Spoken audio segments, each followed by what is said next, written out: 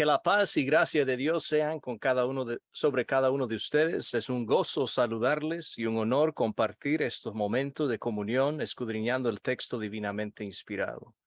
Hace un mes discutimos tres cualidades del corazón de David por las cuales Dios lo favoreció con el ilustre epíteto de varón conforme al corazón de Dios. El corazón de David estaba alineado con el de Dios y recibió aprobación divina. Y este encomio celestial que encontramos en Hechos 13:22, quitando les levantó por rey a David, de quien dio también testimonio diciendo: he hallado a David, hijo de Isaí, varón conforme a mi corazón, quien hará todo lo que yo quiero. El Señor todavía recorre la tierra en busca de hombres y mujeres conforme a su corazón, individuos que tengan corazones humildes, obedientes, penitentes, como estudiamos la vez pasada, humildes, obedientes, contritos y penitentes. Y hoy sumamos a estas cualidades tres más. No basta ser humilde, obediente y penitente como David. También es preciso, en cuarto lugar, tener un corazón valiente. En 1 Samuel capítulo 17 leemos que 2 ejércitos acamparon en el valle de Ela, situando sus tropas en montes opuestos con el valle de por medio. Allí hay una fotografía del valle de Ela, como pueden ver, y a los dos lados, en el monte, el campamento de Saúl, y en el otro monte pueden ver el campamento filisteo, Efes Damim. Y ustedes recuerdan al campeón filisteo, Goliat de Gat, que apareció en esa ocasión. Estos dos ejércitos habían llegado a un impasse y salió Goliat con una estatura de 6 codos y un palmo, o en medidas modernas casi 3 metros de altura. Su cabeza casi estaría tocando el techo de muchas casas. Sin embargo, no era un gigante torpe, sino un hábil guerrero. La armadura de bronce que lucía Goliat pesaba alrededor de 55 kilos, más que muchos de nosotros. Algunas personas pesan, ¿no? 125 libras. Llevaba una jabalina de bronce sobre el hombro y la punta de hierro de su lanza pesaba casi 7 kilos. Ahí aparece una reproducción en la foto que está en la pantalla. Durante 40 días, cada mañana y cada tarde, Goliat salía a desafiar a Israel. Paseaba dándose aires delante del ejército israelita, y nadie de los muchos guerreros valientes, nadie se atrevía a confrontarse con él. Nadie, hasta que llegó David. David, el pastorcillo, corrió a las filas de batalla para saludar a sus hermanos, y mientras conversaba con ellos, Goliat, el campeón filisteo de Gat, salió de entre las filas y gritó su desafío habitual: dadme un hombre que pelee conmigo. Y la reacción del pueblo israelita es interesante. Dice 1 Samuel 17:24, y todos los varones de Israel que veían a aquel hombre huían de su presencia y tenían gran miedo. La Nueva Versión Internacional dice que huyeron despavoridos. Las tropas israelitas huían espantadas. Sin embargo, poco después, David enfrentó al gigante con excepcional denuedo. Sus palabras, vamos a leer las palabras que rebosan confianza mientras predice la derrota de su hercúleo adversario. Primera Samuel 17:37 añadió David: Jehová, que me ha librado de las garras del león y de las garras del oso, él también me librará de la mano de este filisteo. Y dijo Saúl a David: ve, y Jehová esté contigo. Y en el 42 encontramos su famoso discurso. Dice: y cuando el filisteo miró y vio a David, le tuvo en poco, porque era muchacho y rubio y de hermoso parecer. Y dijo el filisteo a David: ¿soy yo perro que vengas a mí con palos? Y maldijo a David por sus dioses. Dijo luego el filisteo a David: ven a mí y daré tu carne a las aves del cielo y a las bestias del campo. Entonces dijo David al filisteo: tú vienes a mí con espada y lanza y jabalina, mas yo vengo a ti en el nombre de Jehová de los ejércitos, el Dios de los escuadrones de Israel, a quien tú has provocado. Jehová te entregará hoy en mi mano, y yo te venceré y te cortaré la cabeza, y daré hoy los cuerpos de los filisteos a las aves del cielo y a las bestias de la tierra, y toda la tierra sabrá que hay un Dios, que hay Dios en Israel. Qué confianza estas palabras. Me temo que muchos de nosotros somos más bien como esos israelitas fugitivos que huían con gran miedo ante el enemigo. Llega a la iglesia algún innovador y huimos y nos escondemos. Les pregunto, hermanos, hermanas, ¿somos cobardes, blandengues, miedosos, sin agallas, huidizos y pusilánimes?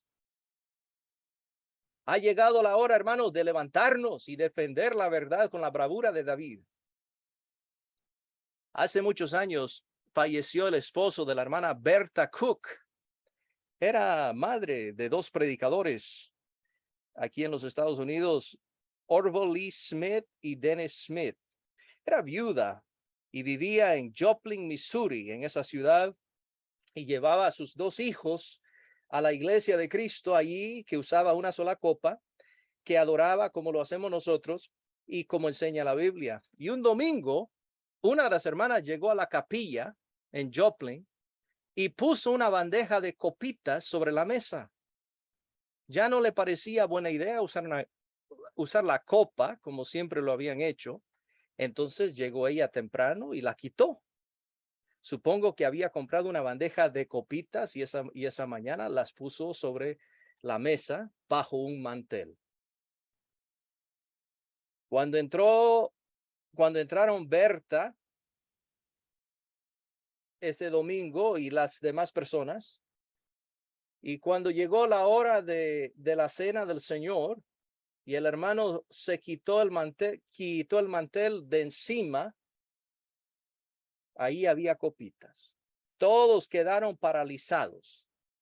Supongo que no sabían qué hacer, o quizás estaban en un estado de shock, estupefactos.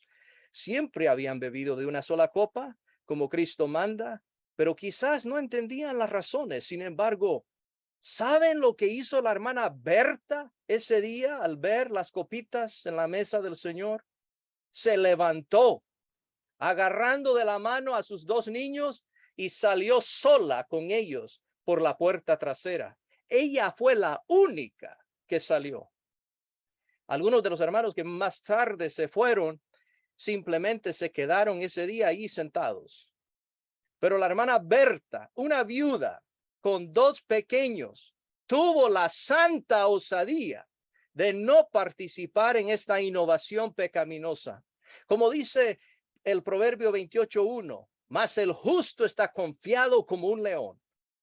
Si usted, escúcheme, hermano y amigo, si usted sabe la verdad y tiene evidencia bíblica incontrovertible que respalda lo que usted enseña, puede ser tan confiado y valiente como un león, con el coraje de un león y mansedumbre de una paloma. Podemos decir, les pregunto, podemos decir con David en el Salmo 27:1, Jehová es mi luz y mi salvación, ¿de quién temeré? Jehová es la fortaleza de mi vida, ¿de quién he de atemorizarme? Tenemos a Dios, tenemos la verdad de nuestro lado.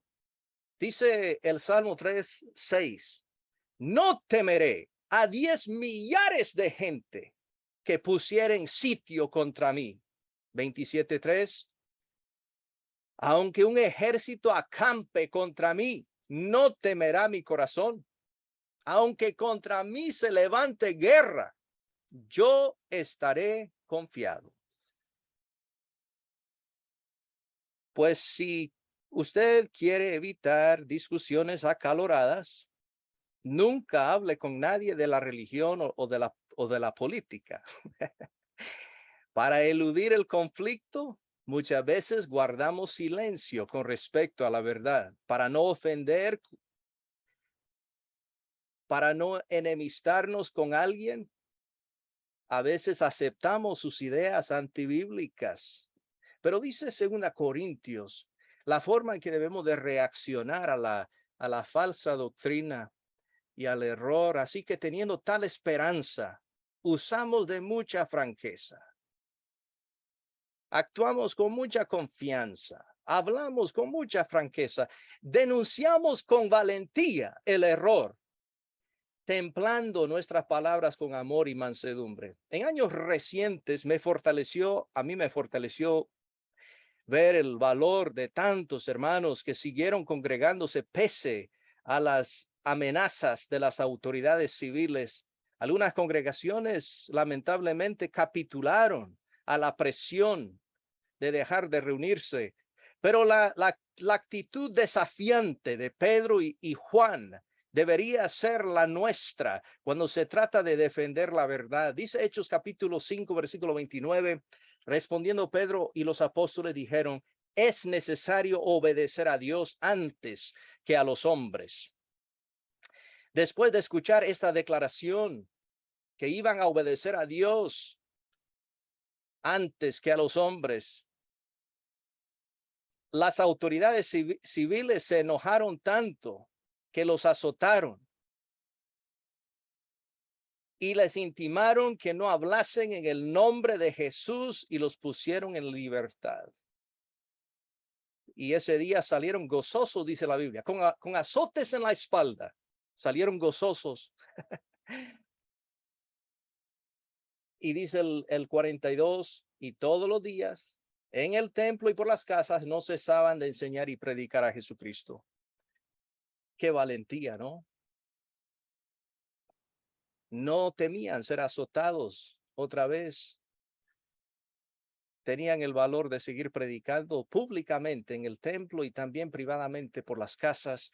Y cuando el poderoso gobierno obstaculiza el evangelismo, cuando veda nuestra asistencia a la reunión dominical como un gigante, diciéndonos que no podemos obedecer los mandamientos del Señor, es entonces que necesitamos corazones valerosos como el de Pedro y Juan ante el Sanedrín en esta ocasión de Hechos 5 y como David ante Goliat. Bueno, en segundo lugar, David no solamente poseía un corazón valiente, pero un corazón amoroso. David amaba al Señor por su bondad tan infinita. Dice el Salmo 18:1, al músico principal, Salmo de David, siervo de Jehová, el cual dirigió a Jehová las palabras de este cántico el día que le libró Jehová de manos de todos sus enemigos y de mano de Saúl. Entonces dijo, te amo, Jehová, fortaleza mía. La forma sustantiva de la palabra hebrea traducida amor, te amo, esa palabra amo, aquí significa matriz, sugiriendo el afecto natural que una madre siente por su hijo. Es el tipo de cariño que sale de lo más profundo del hombre, de sus entrañas, de la matriz, de muy adentro. Es un amor que sale de muy adentro. Y por eso algunos han traducido esta frase: desde mis entrañas te amaré, oh Señor. La versión amplificada en inglés dice: te amo ferviente y devotamente, Señor y fortaleza mía. Es un amor que proviene de lo más profundo. Y muchos afirman tener este tipo de amor, ese amor total y ardiente por Dios, pero pocos realmente poseen el extraordinario amor que tenía por los mandamientos divinos. Exclamó con admiración en el Salmo 119. Dice: oh, cuánto amo yo tu ley. Todo el día es ella mi meditación. 127. Por eso he amado tus mandamientos más que el oro, y más que oro muy puro. 167. Mi alma ha guardado tus testimonios y los he amado en gran manera. 159. Mira, oh Jehová, que amo tus mandamientos, vivifícame conforme a tu misericordia. En todos estos casos vemos que el amor de David por Dios se hizo patente mediante su cuidadosa observancia de las directivas divinas. Amaba la ley de Dios. Uno no puede amar a Dios sin amar su ley, guardar sus mandamientos. En palabras de Cristo Jesús: si me amáis, guardad mis mandamientos. Además de amar a Dios, de tener ese amor por la ley de Dios y por Dios, vemos también que David amaba a sus hijos. Pese a la contumacia de algunos de ellos, existen numerosos libros de consulta hoy día que proveen consejos sobre cómo criar a un niño dificultoso. David tenía 21 hijos de 8 esposas. 21 hijos de 8 esposas. 20 hijos y una hija. Y no sabemos cuántos hijos le nacieron de sus muchas concubinas. La Biblia solo entra en detalles acerca de 5 de sus hijos, y ahí en la pantalla aparecen 10, los primeros 10 hijos que tuvo David con sus esposas, según Primera Crónicas 3. El mayor, Amnón, y el tercer hijo Absalón, el cuarto Adonías, y Salomón. Probablemente Salomón, su hijo más famoso, fue el 10º hijo. Era el más temeroso de Dios de todos los mencionados. El hijo primogénito de David se llamaba, como ya les dije, Amnón, un hombre de carácter bajo, impulsado por la lujuria. Ustedes recuerdan que David tenía una hija también, una hija que se llamaba Tamar. Era tan bella que su medio hermano Amnón, el hijo primogénito, se enamoró de Tamar, su hermana, y conspiró para quedarse sola con ella, y estando ellos solos en la casa, él la violó. Después David, al escuchar que su hijo Amnón había violado a su hija Tamar, David se enojó mucho con Amnón, pero no hizo nada. Sin embargo, el tercer hijo de David, Absalón, que era un galán excepcionalmente guapo, se enteró del abuso sexual contra su hermana Tamar y decidió llevarla a su casa, y cuidó de ella durante el resto de su vida. Más tarde, Absalón se vengó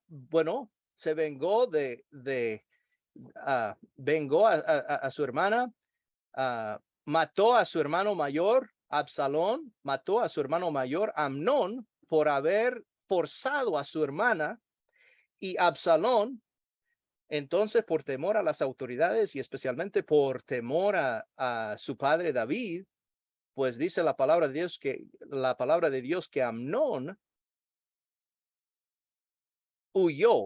que Absalón huyó al norte, a la tierra de Jesur, donde permaneció en el exilio durante los siguientes 3 años. Durante este tiempo, dice la Biblia en 2 Samuel, capítulo 13, versículo 39, y el rey David deseaba ver a Absalón, pues ya estaba consolado acerca de Amnón, que había muerto. La nueva versión internacional dice que David comenzó a sentir grandes deseos de ver a Absalón.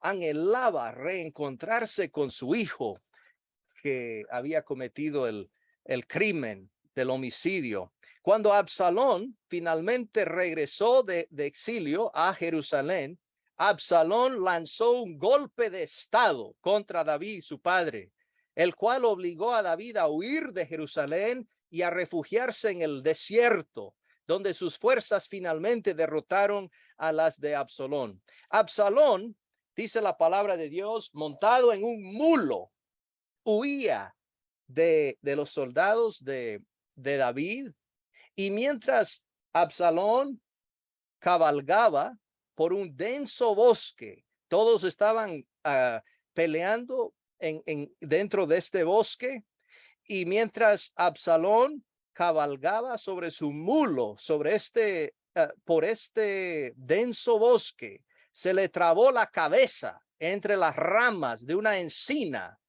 y mientras colgaba allí, el mulo siguió su camino. y ahí estaba él colgado en las ramas de la encina. Y Joab, uno de los soldados, miró que él estaba ahí en la encina, las ramas, y fue y le dijo a Joab, el comandante del ejército de David, lo que había pasado. Y al darse cuenta, Joab se acercó a Absalón, allí colgado en el árbol, y lo mató. Tomó en la mano 3 dardos o lanzas y las clavó en el corazón de su enemigo.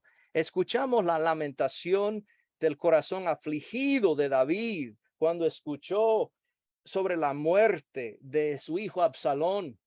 En 2 Samuel 18:33, entonces el rey, hablando de David, el rey David se turbó y subió a la sala de la puerta y lloró, y yendo decía así: hijo mío, Absalón, hijo mío, Absalón, ¿quién me diera que muriera yo en tu lugar, en lugar de ti? Absalón, hijo mío, hijo mío. Uno puede sentir la angustia de sus palabras.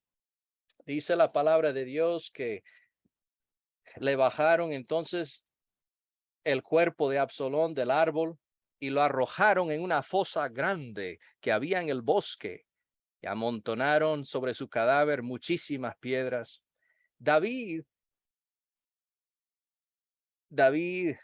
tenía roto el corazón, y dice que David realmente él era en gran medida responsable por la muerte de su hijo. Hizo la vista gorda cuando pecó Amnón, su hijo mayor. Y aunque David tenía un afecto paternal por sus hijos, la Biblia indica que era un padre pasivo, era un padre indulgente, un padre permisivo que no refrenó a sus hijos. Se ve claramente el fracaso de David en no castigar a Amnón cuando violó a Tamar.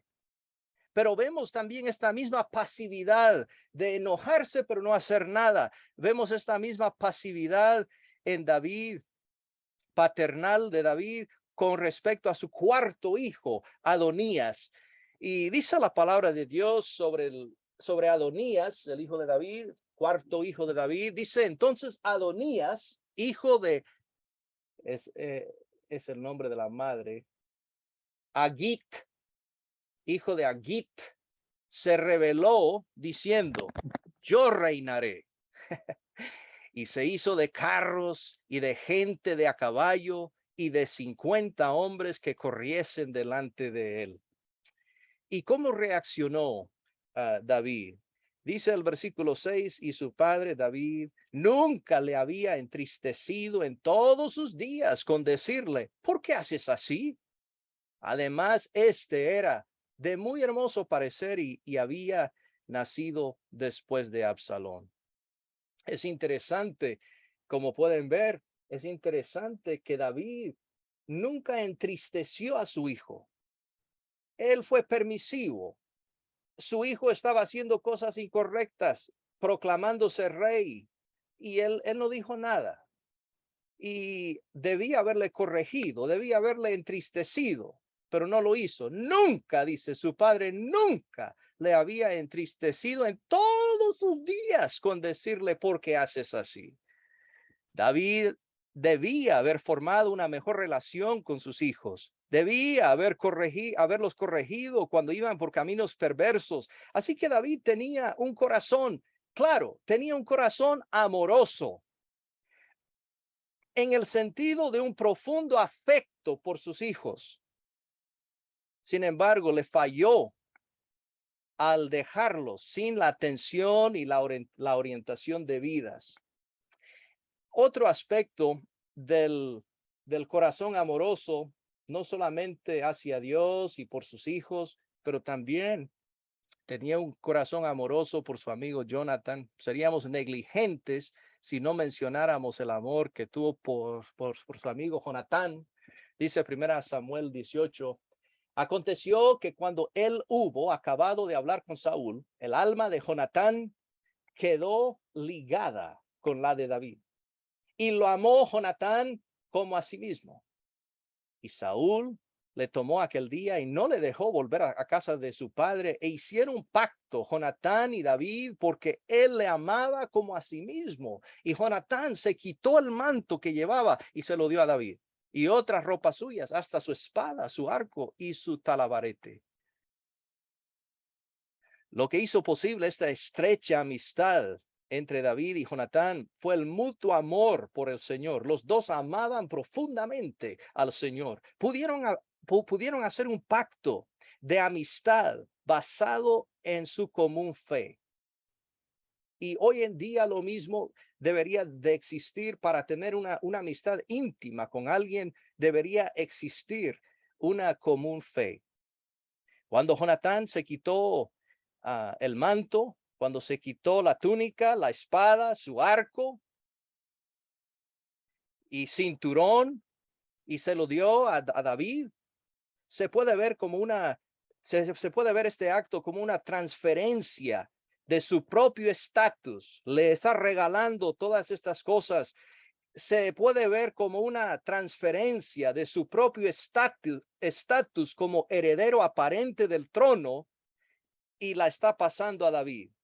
Ahora David sería el rey, el próximo rey, en vez de Jonatán, el hijo aparente.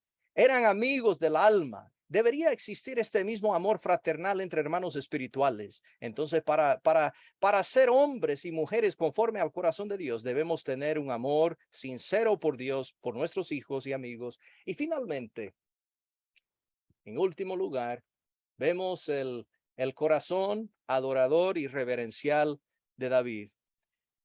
David tenía un corazón lleno de pasión por la adoración. Dice el Salmo 108:1. Escuchemos a David. Mi corazón está dispuesto, oh Dios. Cantaré y entonaré salmos. Esta es mi gloria. Vamos a pensar en este versículo un poco, porque la palabra dispuesto realmente no es una muy buena traducción de la palabra. Sería mejor traducir, sería la palabra literal es fijo. David dice, mi corazón está fijo. O como dice la Biblia de las Américas, mi corazón está firme. En otras palabras, mi corazón, dice David, no es inconstante y voluble. Mi corazón está firme, decidido a alabar a Dios con su gloria, con mi gloria, dice David. Con su intelecto, con su lengua, con su poesía, con su habilidad musical, con todo lo que pueda rendir gloria a Dios, él lo empleó con ese propósito. Por eso dice, esta es mi gloria. Cantaré y entonaré salmo. Esta es mi gloria. Era la gloria de David. a poder alabar al Señor. Dice el 138:1, te alabaré con todo mi corazón, delante de los dioses te cantaré salmos. Él podía ver a Dios. David podía ver a Dios con el ojo de su mente y lo alababa con todo el corazón. Se zambulló el corazón en las alabanzas a Dios. Sus labios no repetían como loro frases de alabanza sin pensar en su significado, algo que a veces nos sucede a nosotros, ¿no? Cantamos sin enfocarnos en las palabras. Pero David no. Al contrario, sus entonaciones brotaban desde lo más profundo de su alma y subían hasta alcanzar el trono de Dios. El Altísimo nunca, escúchenme, hermanos, el Altísimo nunca aceptará alabanza sin entusiasmo de un corazón tibio, sino del corazón entero. Dice, te alabaré con todo mi corazón. Y el 9:1 dice al músico principal sobre Mutlaven, Salmo de David, te alabaré, oh Jehová, con todo mi corazón. Contaré todas tus maravillas. Su deseo de alabar a Dios lo motivó también a establecer y ampliar la adoración del Antiguo Testamento, lo cual como profeta de Dios, David tenía la autoridad de hacer. Según Primera Crónicas, capítulo 23, versículos 5 y 7, y según el mandamiento de Dios, David estableció 4,000 levitas para que fueran músicos. 4,000 levitas y 288 cantores y 4,000 porteros. Los levitas, y todo esto era nuevo. Nadie lo había hecho antes. No habían levitas que tocaban instrumentos para alabar a Dios antes de David, pero él comenzó esta práctica con la autoridad de Dios. Los levitas usaban una amplia gama de instrumentos. Según el Crónicas capítulo 15, versículo 19, usaron címbalos. El versículo 20, salterios, arpas 21 y trompetas 24. Ahí podemos ver los diferentes instrumentos que usaron, y algunos de estos instrumentos fueron creados, inventados por David. Esta nueva organización de adoración no se había practicado en Israel antes de que David la instituyera. Sin embargo, este nuevo arreglo fue mandamiento del Señor. Ezequías, el rey, varios años después, estaba restaurando el culto divino, y leemos en 2 Crónicas 29, 25 y 26, puso también levitas, está hablando de Ezequías, puso también levitas en la casa de Jehová, en el templo, con címbalos, salterios y arpas, conforme al mandamiento de David, de Gad, vidente del rey, y del profeta Natán, porque aquel mandamiento procedía de Jehová por medio de sus profetas. Y los levitas estaban con los instrumentos de David y los sacerdotes con trompetas. Este mandamiento, dice aquel mandamiento. ¿Qué mandamiento? El mandamiento de poner levitas en el templo, en la casa de Jehová, con címbalos, salterios y arpas. Ese mandamiento procedía de Jehová por medio de sus profetas. ¿Y cuáles son los 3 profetas que menciona el versículo? David el profeta, Gad el profeta y también Natán. Estos eran los profetas que establecieron esta práctica. No es que David simplemente decidió al azar, quiero hacer algo nuevo y introducir algo nuevo en la adoración a Dios. No, no, no. Esto fue por medio de, esto procedió de Jehová. Y por supuesto, hoy día, en el Nuevo Testamento, a diferencia de los tiempos del Antiguo Testamento, ningún apóstol o profeta jamás autorizó el acompañamiento adicional de instrumentos musicales, solo el canto congregacional. El sacerdocio levítico que usaban estos instrumentos ha sido reemplazado por un sacerdocio según el orden de Melquisedec. Escúchenme, hermanos, nosotros no somos levitas. Y por lo tanto no tocamos címbalos, salterios y arpas en el culto a Dios, porque no somos según el orden de Leví, sino que somos según el orden de Melquisedec. Y esto nos enseña Hebreos capítulo 7. Pueden leer el capítulo y ahí está bien claro que somos del orden de Melquisedec y no de Leví. No obstante, en todo esto, vemos un deseo de adorar al todopoderoso Dios que fluye del corazón de David. Sin duda, sus meditaciones diurnas y nocturnas en la ley de Dios inspiraron sus composiciones poéticas de salmos y cánticos espirituales que transmitían las verdades de Dios. Según entiendo, David escribió por lo menos 73 de los salmos, de los 150 salmos del libro de los salmos. Él escribió 73 de ellos, quizás más, porque hay muchos anónimos. Y yo les aseguro que si Dios estuviera vivo hoy, Él estaría presente en cada servicio de adoración. ¿Lo duda? ¿Duda usted que si Él estuviera vivo, estaría en todas las reuniones de la iglesia? Vamos a leer algunos textos de David. Te confesaré en grande congregación, te alabaré entre numeroso pueblo. ¿Dónde? En grande congregación. 22. Anunciaré tu nombre a mis hermanos, en medio de la congregación te alabaré. El 25, de ti será mi alabanza. Escuchemos a David, de ti será mi alabanza. ¿Dónde? En la gran congregación. Mis votos pagaré delante de los que le temen. 119:30. Yo alabaré a Jehová en gran manera con mi boca y en medio de muchos le alabaré. Además, hay varios salmos que no tienen, anónimos, que tienen autores no identificados. El Salmo 107:32 dice, exáltenlo en la congregación del pueblo y en la reunión de ancianos lo alaben. 111:1. Alabaré a Jehová con todo el corazón en la compañía y congregación de los rectos. Y el 149:1, que tal vez lo haya escrito David también. Aleluya.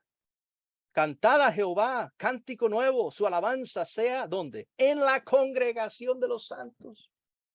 Una y otra vez podemos escuchar la importancia de reunirnos y de estar en la congregación de los santos en toda oportunidad. Dice la palabra de Dios, y este salmo no lo escribió David, lo escribió los hijos de Coré, pero creo que David tenía este mismo tipo de anhelo de adoración que ellos tenían.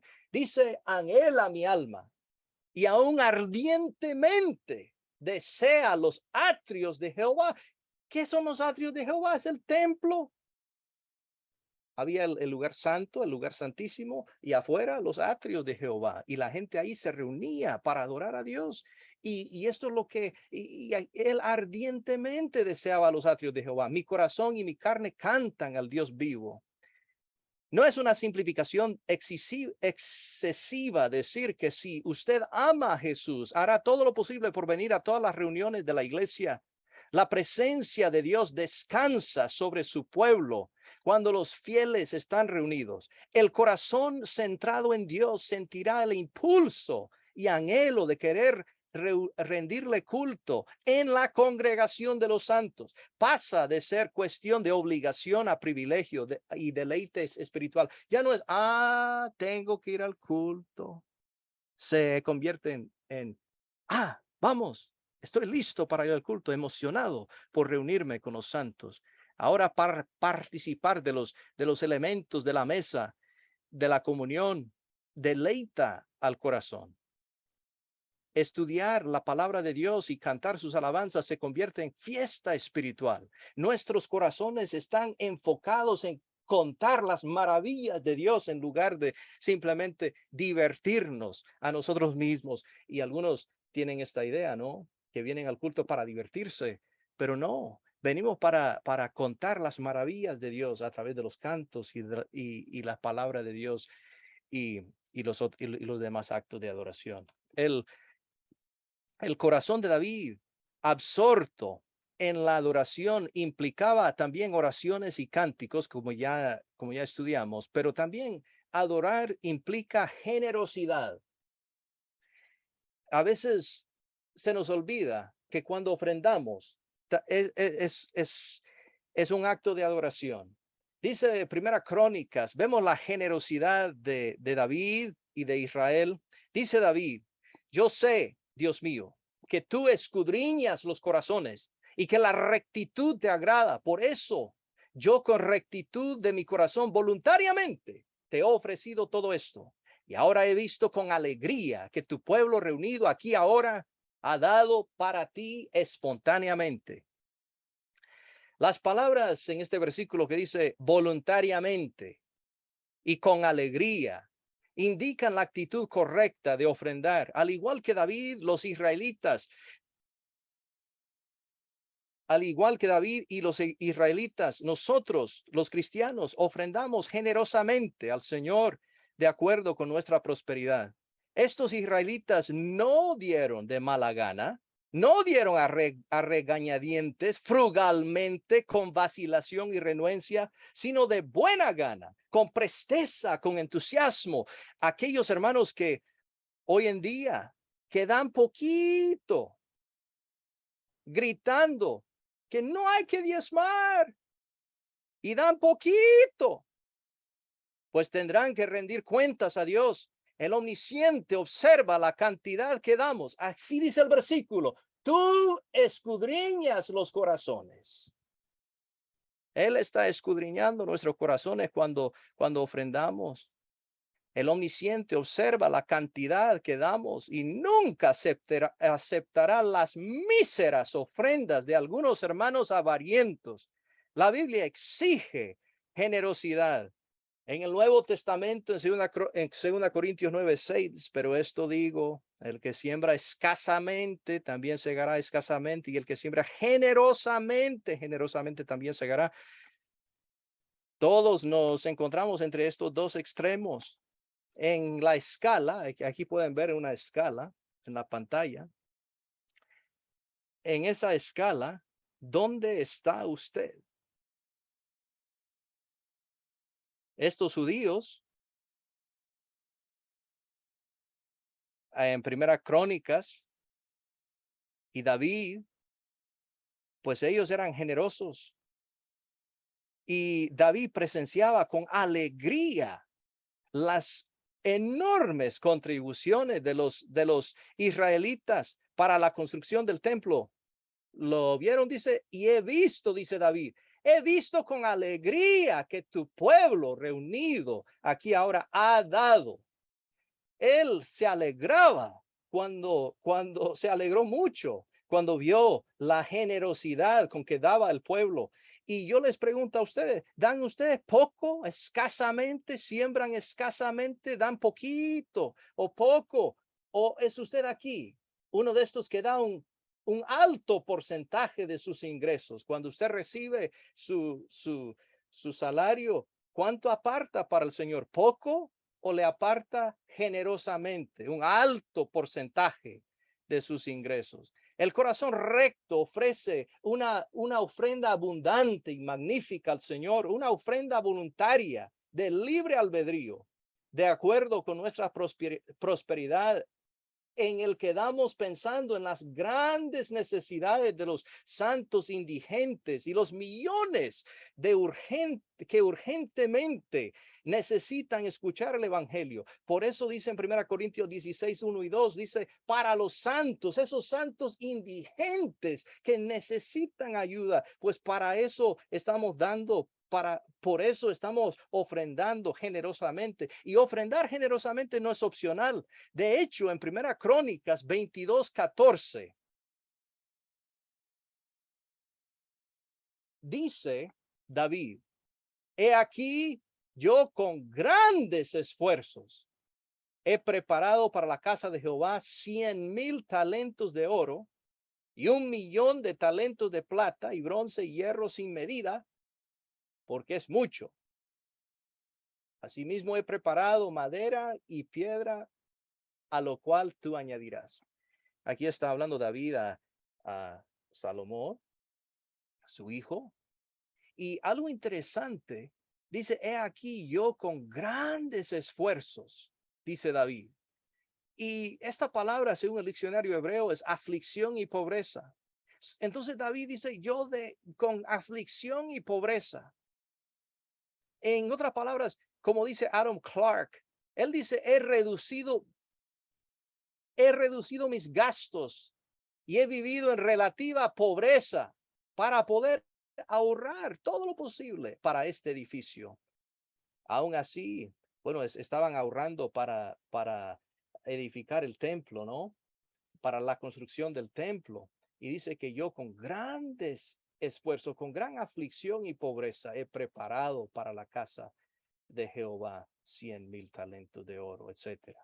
Yo hice un cálculo de, de cuánto, de cuánto ahorraron, cuánto se recaudó para la construcción del templo. Entonces la pregunta es, ¿qué tan voluntariamente ofrendaba David? Y en el internet encontré este cálculo de que un talento de oro, que es aproximadamente 34 kilogramos, es equivalente, un talento de oro es equivalente a más de $1,000,000 estadounidenses. Un talento de plata, más de $20,463 con 31 centavos. Un talento de plata. Es mucho dinero, ¿no? Un talento de oro, 1,000,000 y un talento de plata. Y si hacemos los cálculos, la suma acumulada por David y en el tesoro público, según Primera Crónicas 22:14, es 100,000 talentos de oro, que sería más de 186.8 mil millones de dólares, y 1,000,000, dice el texto ahí, 1,000,000 de talentos de plata, que sería 20.5 mil millones de dólares. Y esta es la cantidad que en el tesoro público que dio el pueblo. Vemos también, en segundo lugar, que aportado por David en de sus recursos privados. Esto viene directamente de la bolsa de David. 3,000 talentos de oro, que sería 5.6 mil millones de dólares, y 7,000 talentos de plata, que serían 143.2 millones de dólares. Sí, 5.6 mil millones de dólares. Increíble. Bueno, esto viene directamente de David. Qué generoso, ¿no?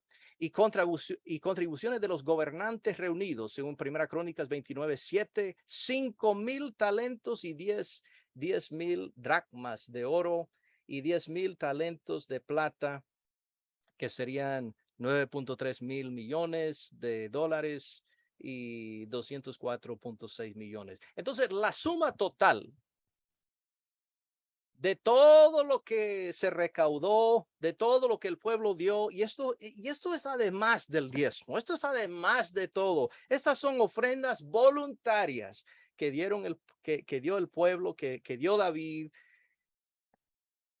222.5 mil millones de dólares. Increíble, una cantidad increíble que dio el pueblo de Dios y David para la construcción del templo. Si este cálculo es correcto, sea correcto, estamos hablando de una cantidad sustancial de dinero, y es un buen ejemplo para nosotros que ellos dieron tan generosamente y nosotros somos tan tacaños a veces, y Dios nunca lo aceptará. Estamos adorando a Dios cuando damos con generosidad, y no lo estamos adorando cuando damos poquito o poco en la ofrenda. Dice 2 Samuel 24:24.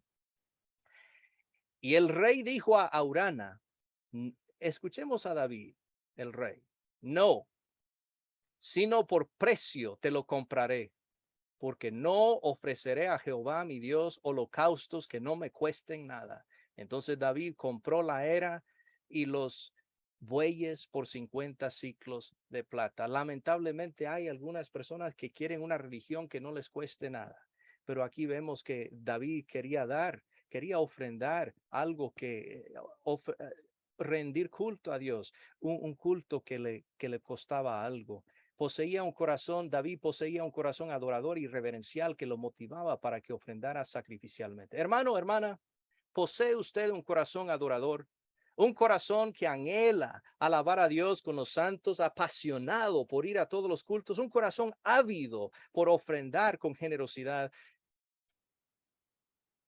Si deseamos que el corazón de David palpite con santa satisfacción, lo voy a repetir, si deseamos que el corazón de Dios palpite con santa satisfacción mientras Él nos observa desde lo alto, debemos imitar el corazón de David, su obediencia, su humildad, su adoración, su amor, su valentía, su penitencia. Y para que el latido del corazón humano esté sincronizado con el de Dios, como lo era el de David, es necesario resignarse a una vida piadosa, dispuesta a cumplir con todo lo que Dios quiere. Dos corazones, imagínense, dos corazones en perfecta armonía, el suyo y el de Dios. Y eso requiere diligencia de nuestra parte, que trabajemos en estos diferentes aspectos para que desarrollemos el corazón de David y de Dios en nosotros. Hermano, amigo, ¿cómo está su corazón? ¿Está bien su corazón con Dios? El elemento clave para alinear nuestros corazones con el de Dios es el arrepentimiento.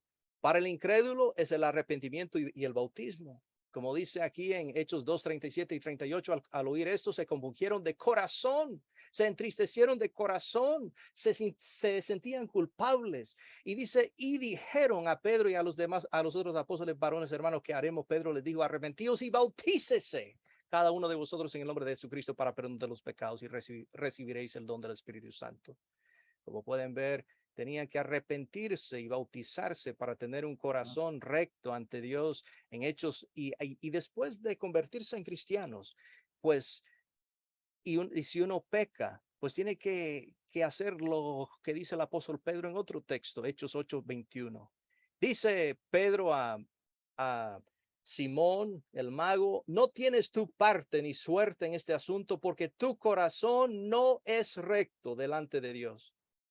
¿Qué tenía que hacer este hermano recién bautizado? Dice la Biblia, arrepiéntete. Ahí está otra vez. Arrepentimiento es el punto clave para tener un corazón recto ante Dios. Arrepiéntete pues de esta tu maldad y ruega a Dios. Ahora no había que bautizarse porque ya era una persona bautizada, pero tenía que rogar a Dios si quizás te sea perdonado el pensamiento de tu corazón. Hermanos, amigos, que Dios nos ayude a ser hombres y mujeres conforme al corazón de Dios. Gracias por su atención.